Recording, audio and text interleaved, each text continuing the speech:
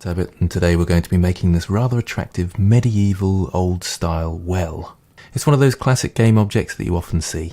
This is a beginner's tutorial, but I'm expecting some understanding of the interface, and hopefully you've had a look at my beginner's course, and this is a general continuation of that course. You can find out more about that on gabbett.co.uk, where all the courses are free and you can go right through from beginner to advanced levels. It is worth noting that this is not optimized for games, but you could use this in games if you wanted to. Throughout this course I'll be going through different modeling techniques, and I might be doing things slightly differently to how I might work, just for the sake of teaching and going through each technique stage by stage and not introducing too many things too early. So let's begin. I'll start with a new scene, and when you load up Blender you should see something similar to this. I'll start by creating the circular stones around the base of the well. I'm going to use the default cube this time. If we press Tab to go into edit mode, or we can press on edit mode up here, and I want to be in edges, which is along here, or I can press 2 on my keyboard. So I've got all the edges selected at the moment, and if I press Ctrl B, I will bevel them, and I just move my mouse, which can be a bit glitchy, but if you move your mouse, you should start to see it move as well. And we're trying to create a sort of stone looking object like this. It's got that nice stylized look when it's beveled, and that just takes the sharpness off the edges. Let's go into front view now with 1 on my numpad, or you can use the axis up here. And I want to duplicate this, and I'm actually going to duplicate it in edit mode. So I'm still in edit mode, Shift D to duplicate, and then I've got a duplicate. What I've forgotten to do though is change this to face mode, so I'll undo that. It's also worth noting that my shortcut keys will be displayed down here. So this time let's go to face mode with 3, or I can click up here, and make sure you've selected all with A. Double tapping A will deselect all, A select all, and Shift D to duplicate this time, and let's constrain it to the X-axis by pressing X. Somewhere around there looks good. I'm going to go to wireframe now. I can go up here, or I can press Z on my keyboard and go to wireframe, and I'm going to box select those end faces. So that's just left clicking and dragging. Now I can press G then X and grab and slide them out. So there's 2 Blender units here and 3 on this one. I'm also going to Control R and loop cut down the middle here. So Control R, click once and you can move it around, or you can just right click to cancel that movement to leave it in the middle. You can also use the loop cut tool over here. So I've got 2 bricks and one is 1.5 times the other. I want to create one more different type of brick. So let's go to front view again. Oh, that's interesting, I've got the reverse view. If you ever want to reverse your view, press Control 1 or Control 3 and it gives you the other side. This would normally be front view and I was on the other side. So Control and the number on your numpad. So I'll press Control 1 to go to front view again so it looks the same. It doesn't matter which direction you're going in. Now I've got 2 objects, but they are still one object. What I mean by that, if I press L on this object for linked, it selects everything that's linked to that, but it's not completely joined to this one. So the vertices aren't merged together. Even if they were overlapped like this, I can double tap A to deselect all and press L over this one, and it still only selects this linked object. So you can select separate objects in edit mode, even though they are part of the same object. I'll just quickly undo that. And let's duplicate this one, Shift D, and drag it along the X. So Shift D, X, and drag it to about there. Box select those end faces. I've only got edges at the moment. It should work with edges as well, but I'd rather use faces. Grab and pull that along and constrain it to the X-axis. So now it's twice the size of the original. I want one more loop cut down here. And I'm going to even these loop cuts out. Alt left click on that and double G to slide it across.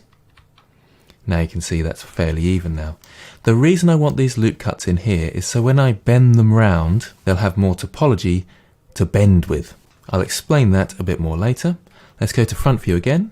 This time I'll go the other way. Select them all, Shift D to duplicate, X to constrain to the X-axis and pull them across.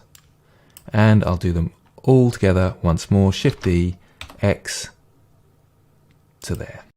So we've got our long line. Now we need to add a modifier to all this in order to bend it round into a circle. Now it's worth pointing out that my pivot point is in the middle there, and that's a fine place for the pivot point to be, but it's important that we think about where it is. So let's go to object mode with tab. I'm going to go to solid mode so I can see it better. And I want to go to the modifiers over here where the spanner or the wrench is. Add modifier, and this is a simple deform, so a new one. Simple deform, and you can see that it creates this twist because it's on the twist selection. If I change this to bend now, you can see it bends a bit strangely because it's going on the x-axis, which is this red one down here. I want it to bend around the z-axis, which is up and down, which you can see up here as well. So let's change the axis to z. And you can see it's starting to go in the direction we want it to go. Also notice that it's going around this pivot point here. So let's change the angle. If I click and drag, I can slide it up, but I know it's going to be 360 degrees, so I can type that in. And it goes all the way around to the beginning. And you can see it just joining up there. And that's great. And also, if I go into edit mode, you can see that these loop cuts we made are helping it to bend around into a circle. If I didn't make those loop cuts, these blocks would all be straight and it wouldn't work so well. Back to object mode tab, and I'm going to apply the modifier. You could make a copy of it if you ever wanted to go back and change this, but I know I'm not going to. But it's worth noting when you press apply, you are setting that modifier and you can't go back and try and change things with it. So I'll press apply. Let's go to front view now, and let's duplicate this, Shift D, and bring it up in the Z axis. Then I'll scale it down to somewhere around there. And now we can see one of our problems. Because my pivot point is here, it's scaling around that pivot point. If I press S, it scales around that pivot point. I'll cancel that with right click. So actually I want the pivot point to be right in the center. And there's an easy way to do that. I'm going to undo those steps. So I'm back to where I started, and I'm going to go to Object, Set Origin, Origin to Geometry. And can you see it jump into the middle there? If I press N on my keyboard now and go to Item, you can also see that the location is slightly away from the center. I think it would be helpful to have it right in the center, so I'm going to change all these to 0.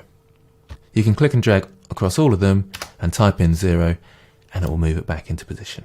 Now let's go to front view, Shift D to duplicate, Z on the keyboard to constrain it to the Z axis, somewhere around there, scale it down with S, and then I can grab in the Z axis again, move it into position, but it's in line with my other one. So I want to rotate around the Z axis, R then Z, and then I can have more of a brick type look. Let's just look around quickly because you don't really have these lining up with each other. I'll rotate around the Z axis again a bit more. There we go, that's a bit better. One into front view, Shift D to duplicate in the Z axis. So Z on the keyboard, move that up and rotate it around the Z axis. And just having a look around to see whether it's lining up. We don't want any of them lining up like that, so I'll keep rotating it until they're not lining up. There we go. And then I'll duplicate the bottom one, so I'll go to front view again with 1 on my numpad, Shift D to duplicate and move that up in the Z axis, and just rotate that slightly in the Z, checking that it doesn't overlap anywhere. That's great. Oh, and I forgot to make that one bigger, so to front view again, scale, and just scale it up slightly so it's not quite as big as the bottom one, somewhere around there. Grab in the Z axis, and there is the base of my well. Now I'm overlapping my light and camera. I'm going to quickly select both the light and the camera and press M. That moves them to a new collection, and I can create a new collection here. I'm going to call that camera and light, and press OK. Then I can easily hide them up here in my outliner. So I can hide them from my view. They are still there and having an influence, so they will be rendered, but this just hides it from a viewport. So at the moment I've got 4 objects in my collection. I'm actually going to make a new collection out of these as well, so select all of them, press M, new collection, and call it well. Now the next thing I want to do is make these non-uniform. So at the moment they're very rigid, and it doesn't really have any character. Now there's a couple of ways I can do that. I could actually join them all together and go into sculpt mode and start moving the vertices around a bit, and I quite like doing that, but I think a better way for beginners is to understand proportional editing. So with all of them selected, I can go into edit mode with tab, and the new version of Blender means that I can edit multiple objects at the same time, as long as I have, which is ticked by default, lock object modes. So let's go into vertex mode, and if I select one vertices, let's say, turn on my proportional editing at the top here. That means when I press G now, it's got this circle of influence. So if I make that really big for the moment, you can see the sorts of things it does. So anything connected to this object is being influenced by my movement. I'll cancel that with right click, and I'll press G to grab, and if I use my wheel now, I can change the influence. So let's move certain vertices around and just start pulling things in and out in different directions and give it some variation.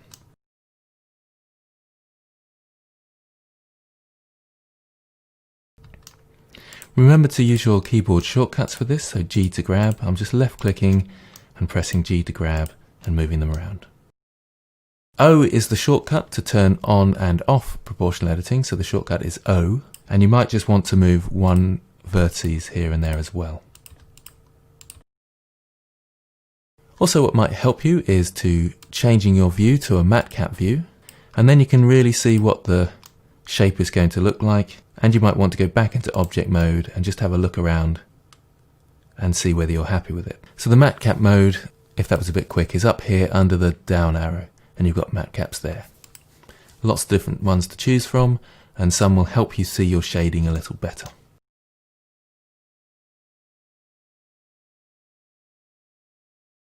So there we go, I've gone back into object mode and clicked away from my object so I can see it all.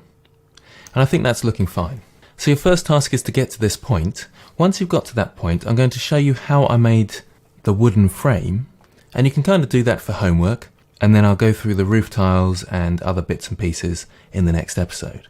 But if I press Shift and right click, that will change my 3D cursor to this point, and I can add the supports.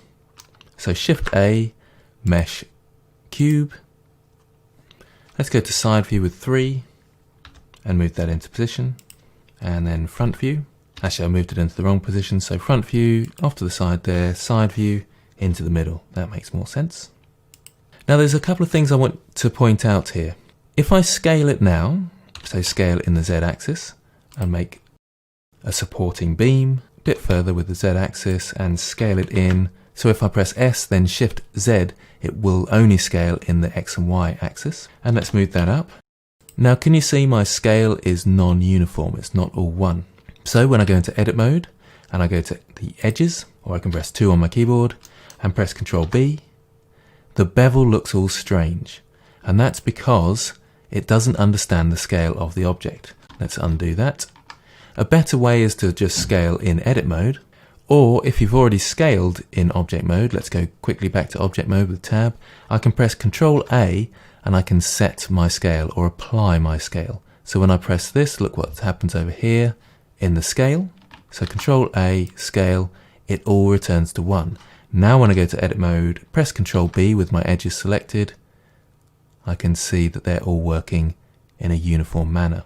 The other thing that's worth pointing out, when I do the bevel for the wood, I don't bevel nearly as much as I did with the stone. You could in fact keep your wood with sharp edges. I just prefer a bit of a bevel. I think it gives it a better look. But if you do bevel the wood, then you only need a slight amount. So your homework task therefore is to try and recreate what I've done with the frame of my well, which you should be able to see in the corner here. And here's just the base on its own to help you out. So very straightforward. I'll quickly select it and go into edit mode so you can see. So a slight bevel and a few loop cuts, and I've just distorted them slightly. The quick way to distort, if you Alt left click on a loop cut and press R to rotate, you can see that I'm just giving it slight variations around the place. And you might want to scale some in and scale some out. Okay, so that should be enough for you to be getting on with. Until the next time,